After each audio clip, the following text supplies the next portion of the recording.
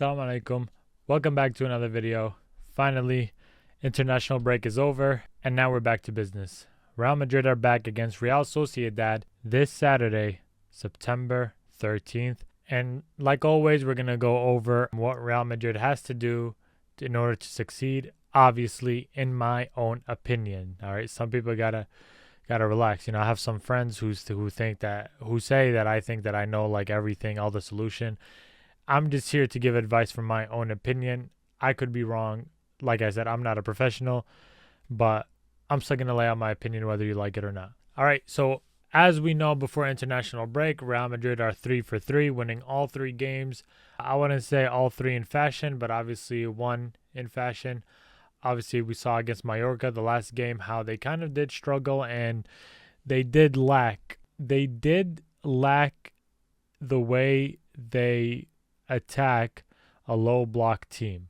All right, so as we know, these last 3 games, everybody that played against Madrid, they all played a low block and kind of made Real Madrid struggle to get into the box, to get shot offs, and to succeed in putting the ball behind the net. And as we know, Kylian Mbappé did really well with France. I believe he scored 2 goals, got an assist as well, if I'm not mistaken, or I believe it was a goal and an assist. I could be wrong, but did really well in the international break. And before that, did have 3 goals in 3 La Liga games. He's been in form, good form, and I hope he stays in form, not for this game, but also in the future and in all competitions. So with Kylian Mbappé, I'm not really stressing about him. And as we all know, or as we all should know, Xabi Alonso did win La Liga Manager of the Month, and well deserved, because the wins that he's gotten and the way that he shaped this Real Madrid game so far in the last 3 games, they look like a completely different team, especially with Jude Bellingham out,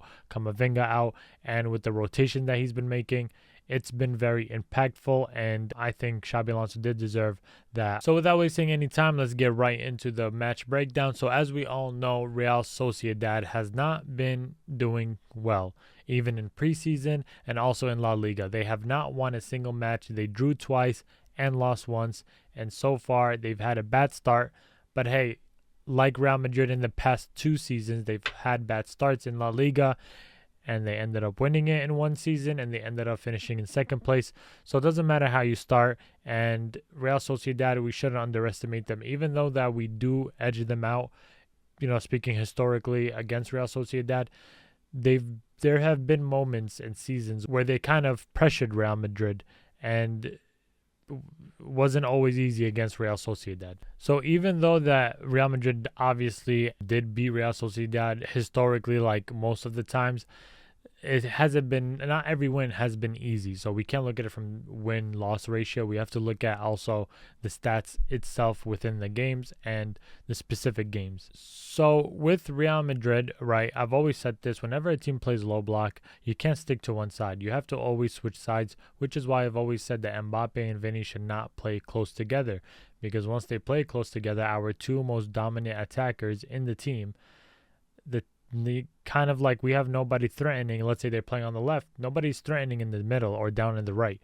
So in order for Real Madrid to be successful, they have to first of all move fast, right? So you can't give them the defenders time to adjust, time to get in formation, and time to think, right? You have to attack fast, quick.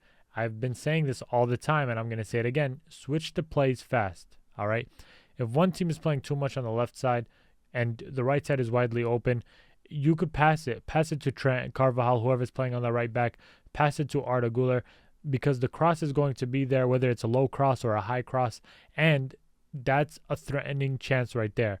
With low blocks, I've realized, not just with Real Madrid, with also other teams, for example, Barcelona, crossing works, all right? And that is one way to break the low block, because when you cross, you just depend on whoever gets their head on the ball.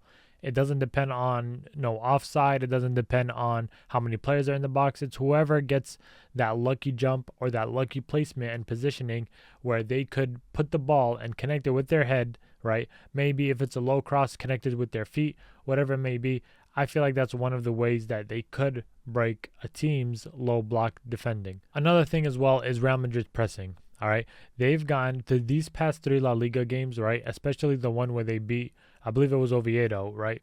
Where they beat them 5-0. The pressing is very, very, very important because a lot of the goals could and can and will come through pressing, especially with Vinícius Jr. pressing and Mbappe pressing. They can turn the ball over easily, and that counter attack is unstoppable. I've been saying this like for a long time. When Vinny Jr. is on the counter attack, nobody in the world can stop him, right? Mbappe on a counter attack, not even that. When you have Bellingham on the ball that's ready to pass to either Mbappe, Bellingham, or even when Arda makes these brilliant passes, it's very important to have the entire team pressing. But like I said, not just pressing where they could easily break the press, right? You have to press smart. You have to press as a team. You have to press with communication. It's very, very, very important. And Real Madrid has been doing really good when it comes to pressing and winning the ball back. But I feel like they've failed to kind of capitalize in counterattacks. Vinny Jr., there's a bunch of times where he holds the ball for way too long, and that's got to stop. Mbappe holds the ball for way too long, and that's got to stop.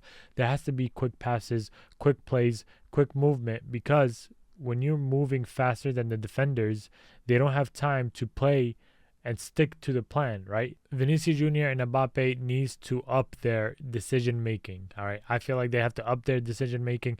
Whenever they get the ball, they have to try at least one or two moves before passing it. That is not the case. That should not work. They have to play for the team, and like Hansi Flick said, ego, right, is what kills a team, right? Everybody has to play for the team no matter who gets the goal, who gets the assist, who is on the field, and who is not on the field. Even though Real Sociedad has not been in good form this season, I still think that Real Madrid has to play safe, right? Even though they're going to press, they cannot press jokingly. Real Sociedad can catch us off guard just like Mallorca with the header. So we cannot take these chances, right? Whenever there's somebody on that wing ready to cross, we have to mark players who are in the box. We cannot leave them open. We cannot have the shortest guy on the tallest attacker. We cannot do that. We have to stick to defending whoever is on the box. Whoever is in the box. I feel like sometimes I've seen Real Madrid, I've seen Dean Huijsen, they forget, right? They just stick to their positions. Whoever's on the left center back position, they stay there. Whoever's on the right center back position, they stay there. That cannot happen. Once you see somebody, this is my own opinion. Once you see somebody's on that wing, and the crossing is available for them to cross it, you have to now start marking players. Start looking outside the box. Look for runs. Look for runs, because that happened a lot last season with Real Madrid being everybody just crowded up in the box, but nobody's looking at what's going on the outside of the box. So that is also another thing that they cannot sleep against Real Sociedad, even though Real Sociedad is not in form. So in regards with the starting lineup, I feel like it depends on who's fit. And like Xabi Alonso said, he is going to rotate everybody, so everybody is going to get rotated. Some people played during international break, some people didn't. So I think that either Trent might start. If not, then Carvajal could start since he didn't play with the Spanish national team. Or I think he did. I'm not sure. I wasn't keeping up with the Spain. But yeah, either one of them. Dean Huijsen did play, so he might get rested, and Militao Rudiger might start. And obviously in the left back, we could have Carrera start. In the defensive midfielder, we could have Tchouaméni. He's been incredible, especially against France. He was, if anybody did not watch Tchouaméni again playing for France, go and watch. He was incredible player, and I'm glad that Real Madrid didn't sell him when the whole spark of rumors going on about Real Madrid selling him. So yeah, Tchouaméni, Valverde in the defensive midfield. And obviously by the way, we're playing the 4-2-3-1 formation. So I think that it should be Vini, right? He didn't play for Brazil, so he could start over Rodrigo on the left mid or left wing. On the right wing, we could have Arda. And honestly, no. Right? I think Franco might start again over Rodrigo, which I'm not a fan of. Franco might start. I would prefer Rodrigo start on the right, Arda down in the middle, and Mbappe as our striker. So let me know what you guys think, if that's a good lineup. I think it's a decent lineup besides the Franco starting. I'm not sure why he's starting. Honestly, he is a great player. I'm glad that we got him, but I think you need time to become a starter, and Xabi Alonso probably sees something that we don't. I'm not sure, but we also have to give him time. We can't just see one game and say, hey, he doesn't deserve to be a starter. But over Rodrigo, I think it's a little disrespectful. Asensio is also being disrespected as well. I'm not sure if he's doing bad in training or whatnot.